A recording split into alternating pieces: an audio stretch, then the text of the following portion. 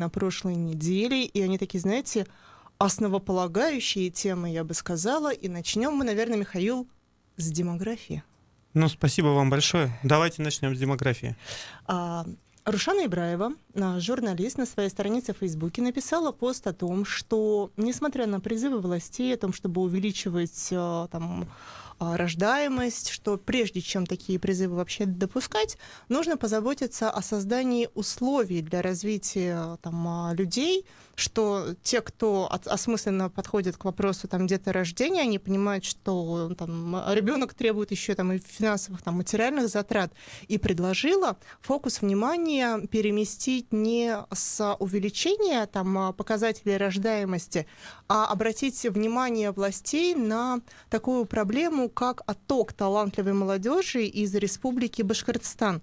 Комментариев было порядка 135, и вот в этих комментариях было сказано, почему отсюда молодежь уезжает, и что вот изначально, даже получая высшее образование здесь, в наших республиканских вузах, что нет стремления продолжать работу на своей земле.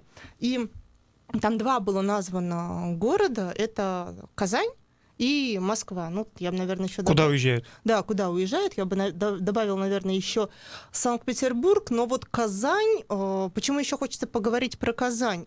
Вчера в Республике Башкортостан начались дни Республики Татарстан в Республике Башкортостан. Рустам Минниханов, Радик Фарич Хабиров проводят там несколько официальных мероприятий. Прямо сейчас в Конгресс-холле идет уже деловое мероприятие.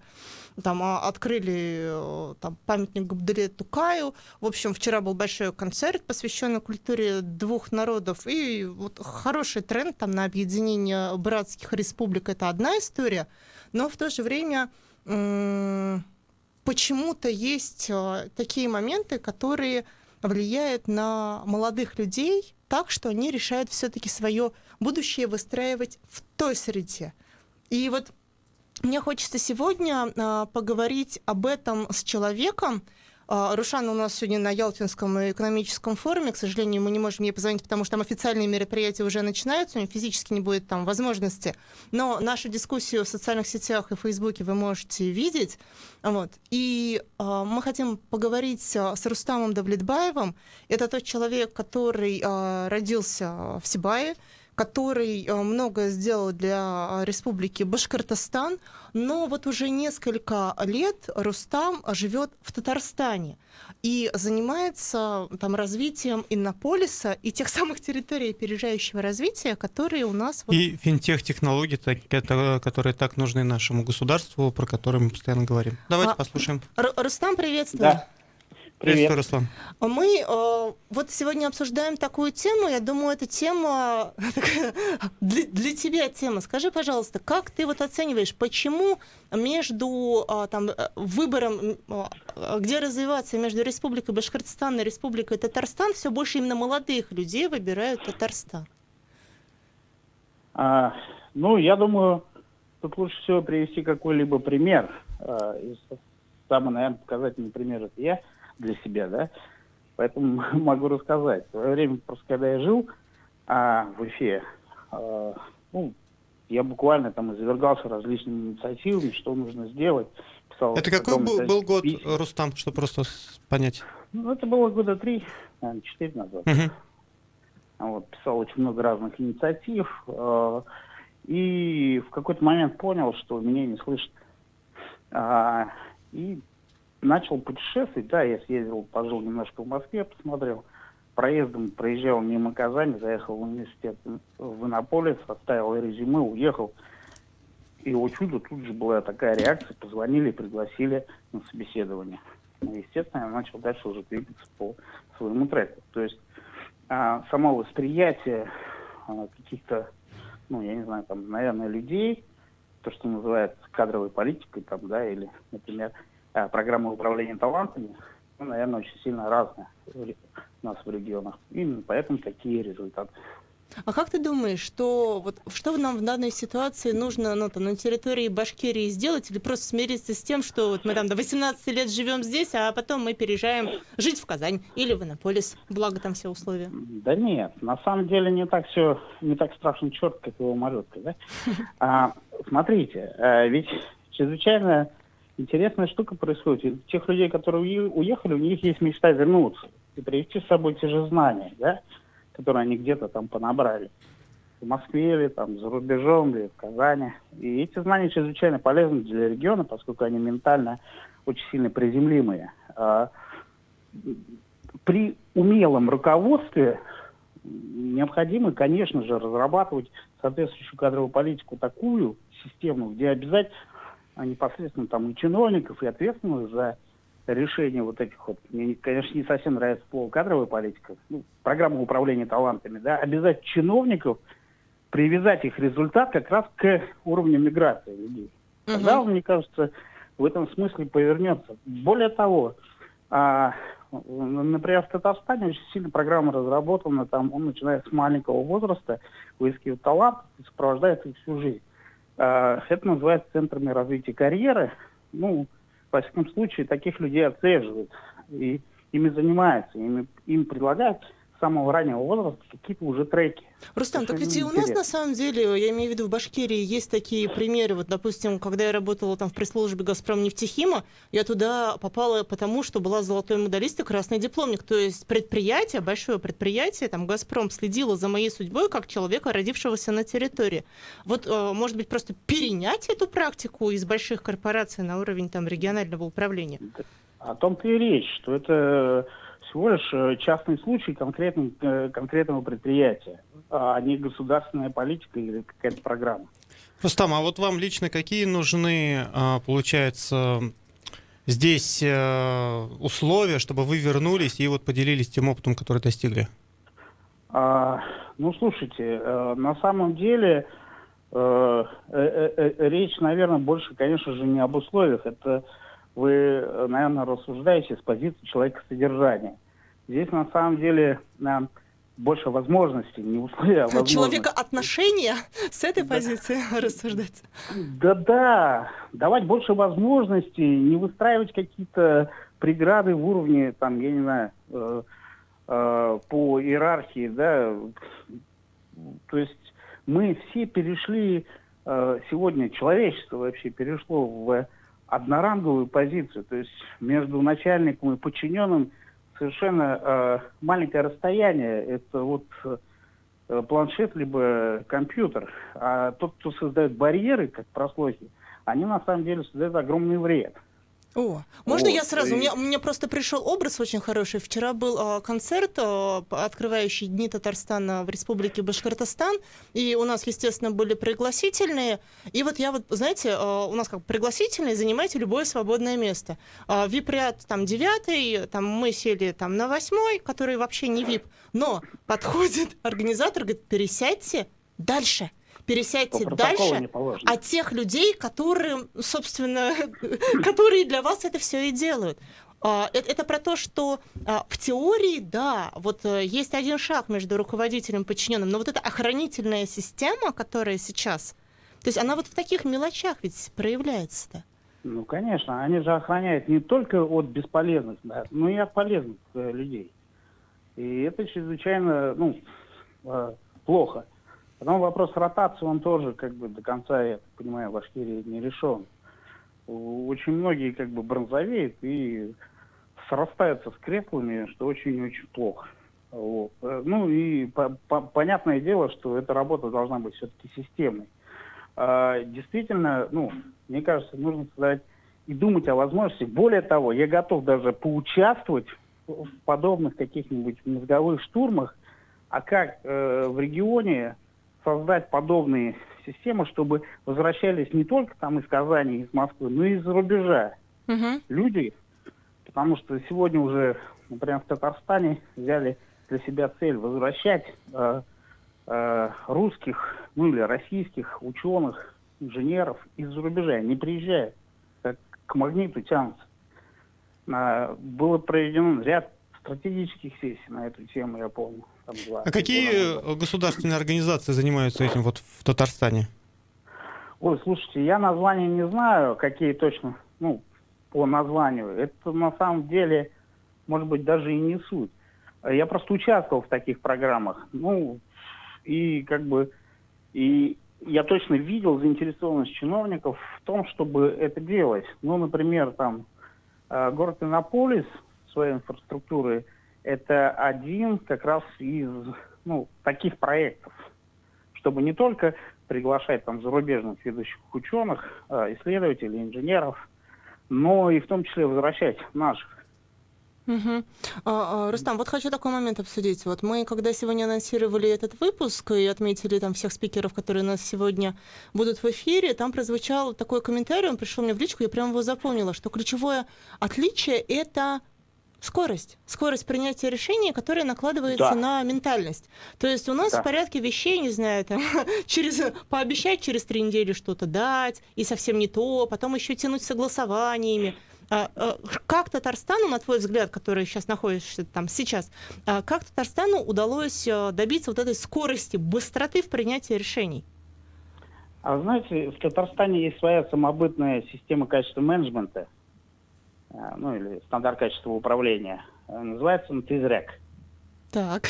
Что дословно переводится «быстрее». В рамках которой есть только целеполагание, нет сроков. Да, мы немножко шутим на эту тему, но это действительно так. Здесь очень сильное целеполагание, очень сильно работает над мотивацией, и ребята стараются очень быстро осваивать все новое, что идет. И, конечно, скорость принятия решения, очень быстро. Опять же, вспомним на примере. Мне достаточно было просто заехать, оставить резюме с какими-то своими там достижениями, да, и я буквально через 2 дня получил звонок от руководителя. А в Башкирии, я понимаю, нет пророка в своем отечестве. И я годами писал эти инициативы, и даже в те сроки, в которые положено отвечать, они не всегда мне отвечали. Рустам, еще хочу вот одну тему обсудить. Эту тему мы обсуждаем там на протяжении 10 наших эфиров. Это тема Сибая. Если ты помнишь, в 2016 году, когда проводилась форсайт-сессия с участием предпринимателей Сибая, как раз-таки ты был модератором этой форсайт-сессии, ведь тогда было сказано о 2 сценариях развития этого зауральского города. О том, что это может быть оптимистичный сценарий развития и условно пессимистичный, который у нас тогда получилось такое название — коллективный башкирский Детройт. Вот как ты думаешь, если бы тогда вот эти предложения по строительству завода, по привлечению инвестиций именно в переработку отвалов руды, тогда бы были услышаны, изменилась бы вот эта катастрофическая ситуация, которая происходит сейчас в городе? Я думаю, что ее просто бы не было, она бы не была бы допущена, потому что мой отец, он работал начальником фабрики, он прекрасно понимает состав этих руд. В свое время флотации не могли перерабатывать кислые руды.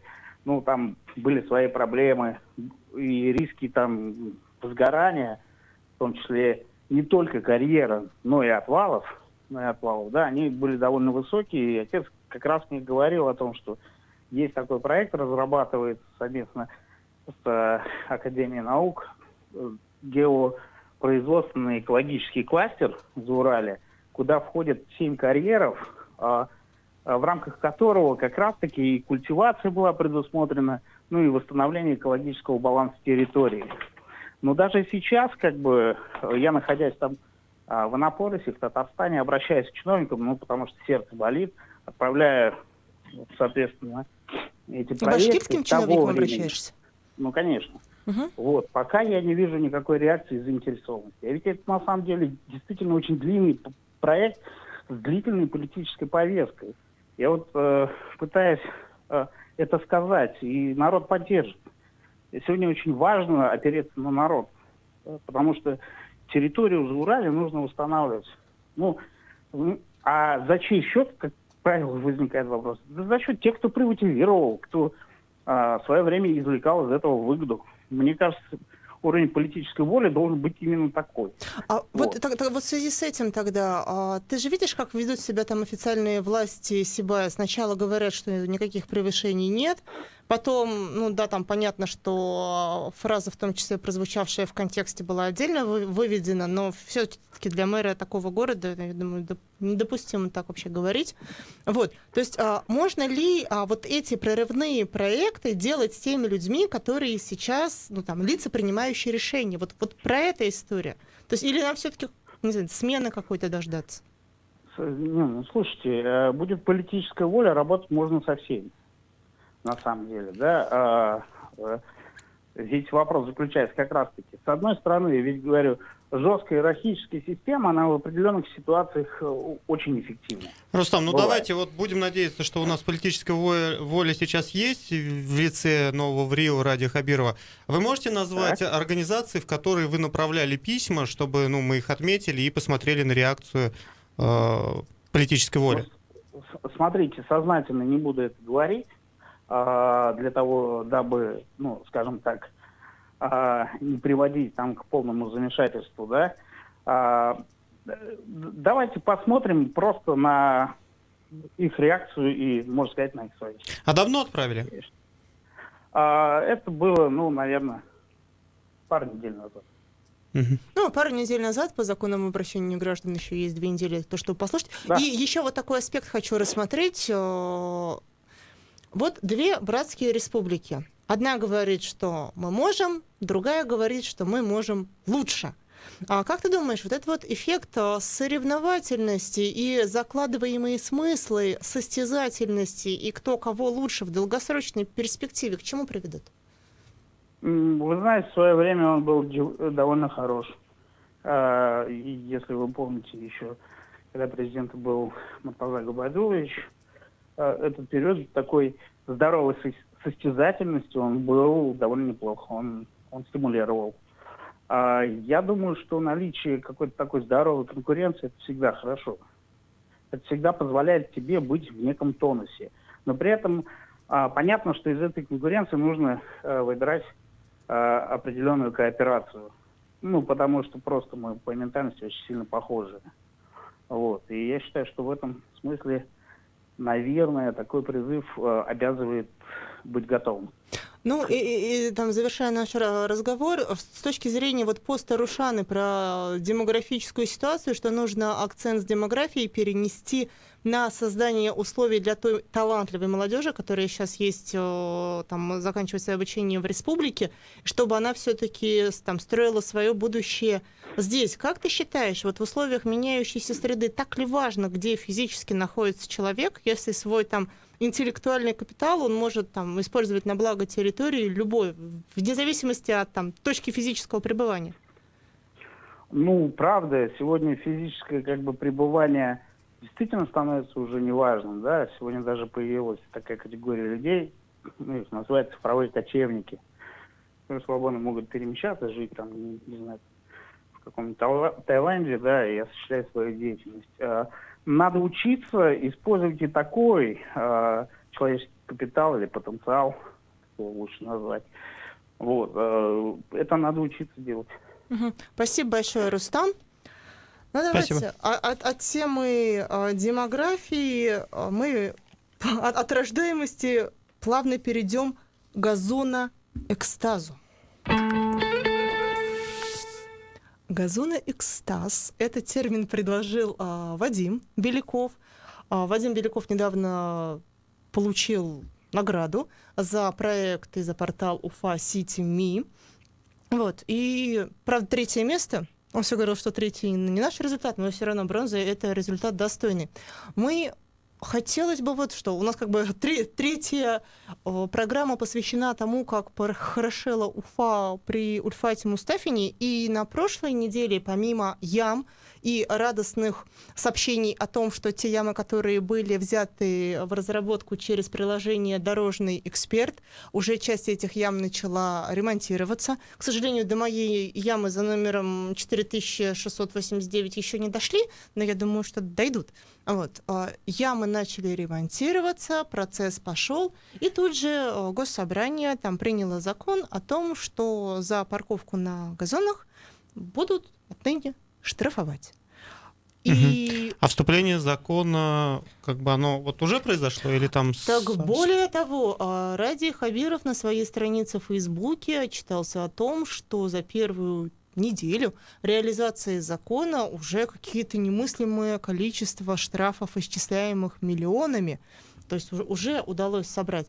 Мы Вадиму Белякову постараемся дозвониться, но дело в том, что он находится в пути, у него сегодня командировка, поэтому если не дозвонимся, поговорим об этой теме вот вдвоем. Ну вот у меня сразу же вопрос. Вот до моего двора не докатились эти штрафы, я прям физически это ощущаю каждое утро. Что мне делать, куда мне жаловаться, куда звонить? В милицию? А вот, кстати, хороший вопрос про осуществление того, что уже там законодательно принято. Надо попробовать посмотреть на те сервисы, которые для этого созданы, или воспользоваться методом ручного управления и зайти в Facebook Радию Хабирову, скинуть туда машины, которые паркуются не там, и посмотреть на эффект. Будет ли этот эффект, я не знаю, но я хотела бы обсудить эту тему слегка в другом аспекте.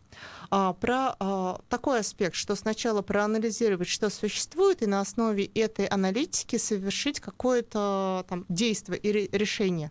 Я напомню нашим слушателям о том, как принималась эта история и в какой там контекст она была вписана. В Уфе сначала жаловались на снег, когда был снег, потом жаловались на грязь, когда грязь. И вот почему-то, это очень спорный вопрос, основных виновников в том, что на улице грязь, стали считать именно автомобилистов, которые паркуются на газонах. Не только на газонах, а вообще как бы паркуются, потому что вроде как их парковка мешает уборке. В том числе на дорогах, например. Так не ставился вопрос. Вопрос ставился именно так, что ты паркуешься на газоне, ты тащишь землю на своих колесах на проезжую часть, и потом вот это все поднимается в пыль, а эта пыль оседает там в легких. Вот примерно вот такая была логика и история. И все было как бы хорошо. Но вот эта вот практика быстрых побед, с чем мы еще столкнулись? Там Дарья Кучеренко тоже об этом писала на одном из оперативных совещаний в правительстве республики. Ради Хабиров попросил, скажем так, ускориться наших законодателей в части принятия этого закона, на что получил логическую ответную реакцию, что у нас же вроде как ветви власти формально независимые друг от друга. Формальную независимость нам удалось понаблюдать через 2 недели, закон был принят, но где парковаться-то? Ладно, на газонах парковаться плохо. Почему там вообще люди паркуются? Михаил, вот ты парковался хоть раз на газоне? Вот смотрите, у меня был замечательный опыт парковки на газоне в Москве. Так. Где с парковками вообще все очень плохо. Было на тот момент, пока они были бесплатные. Вот, я как сейчас помню этот момент, там стояло 2 машины, я подъехал, встал, соответственно, 3-й и подумал, что я молодец. И что теперь?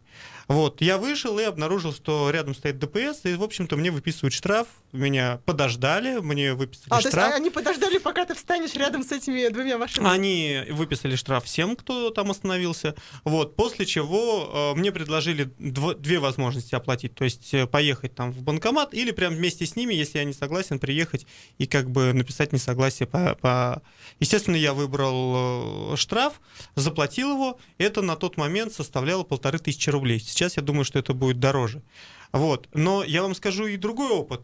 Уже находясь в Уфе и видя, что парковки у нас используются, помимо парковок у нас используются еще и газоны, меня больше всего расстраивали те моменты, когда паркуются не где-то там, не где-то у дороги на обочине на непонятной встали люди, а они паркуются прямо рядом с домом. прямо вот в окна первого этажа, прямо там стоят, прогревают машину, и видно, что газон, и видно, что там у бабушки посажены прям вот откровенное цветочки, да, такое-то. откровенное такое хамство.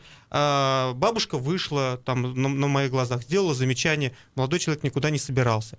Вот, я его предупредил, при нем же вызвал милицию. Странным образом, это было 3 года назад. Они приехали и выписали ему штраф на те же, правда, уже 2500. Он убрал машину, забрал штраф. Теперь у меня вопрос. Обманули ли меня те милиционеры, и действительно ли Ради Хабиров сделал что-то сейчас очень важное для нас?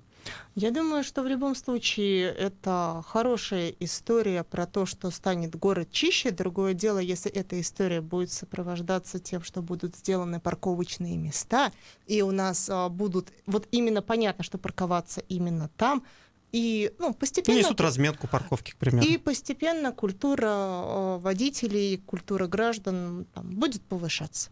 А как оно будет на следующей неделе, мы узнаем в эфире в 14:45 в следующий четверг.